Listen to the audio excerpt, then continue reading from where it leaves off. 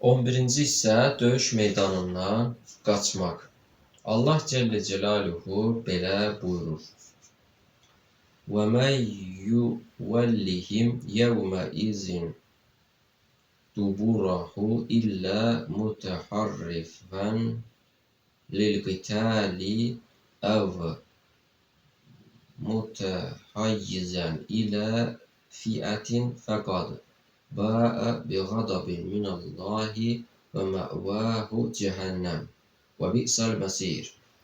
Düşməni aldatmaq məqsədi ilə yalandan özünüzü qaçan kimi göstərib, təkrar döyüş üçün bir tərəfə çəkilən və ya kömək məqsədi ilə müsəlmanlardan ibarət başqa bir dəstəyə qoşulan istisna edilməklə kim belə bir gündə düşmənə arxa çevirib qaçarsa, sözsüz ki, Allahın qəzəbinə uğramış olar. Onun məskəni cəhənnəmdir. Ora nə pis döyüş yeridir. Ənfal surəsi 16-cı ayəsi mealı.